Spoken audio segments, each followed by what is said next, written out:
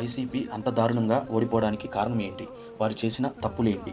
వారు సృష్టించిన అరాచకాలేంటి? ప్రజలు ఎందుకు వారిపై అంత కోపంగా ఉన్నారు? ఇప్పుడు ఈ వీడియోలో తెలుసుకుందాం. మొదట ప్రజావేదిక. నిత్యం వేలాది మంది ప్రజలు సందర్శించే ప్రజావేదికను అడ్డగోలుగా కూలగొట్టారు. ఇదే జగన్ గారు చేసిన మొదటి తప్పు. ఈ వీడియోలో చూస్తున్నది డాక్టర్ సుధాకర్ గారిని. ఆయన మాస్కు అడిగినందుకే ఆయనను జైల్లో పెట్టి హింసించి వేధించి ఆయన చావుకి కారణమయ్యారు. విశాఖపట్నంలో వైసీపీ ఎమ్మెల్సీ అనంతబాబు సుబ్రహ్మణ్యం అనే దళిత డ్రైవర్ని చంపి పార్సిల్ చేశాడు. అనంతబాబు కొట్టి చంపించాడని స్పష్టంగా పోస్ట్ నుంచి చెప్తున్నాండి. ఈ కాల్ కాడి నుంచి కండ బయటకు వచ్చేసిందండి. మొత్తం ఇంకా రెక్కలండి పీకి మీద అడిగేసి బూడికలతో తొక్కేసి ఆనాలండి.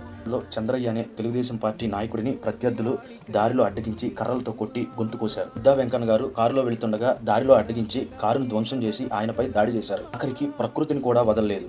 విశాఖపట్నంలోని బంగారం లాంటి రిషికొండను నాశనం చేశారు. ప్రకృతిని పెంచాలి కానీ ఎవడైనా నాశనం చేస్తాడా? 75 ఏళ్ల వయసున్న ఎంతో క్లీన్ ఇమేజ్ ఉన్న చంద్రబాబు గారిని అవినీతి కేసులో అన్యాయంగా అక్రమంగా అరెస్టు చేసి జైలుకు పంపారు.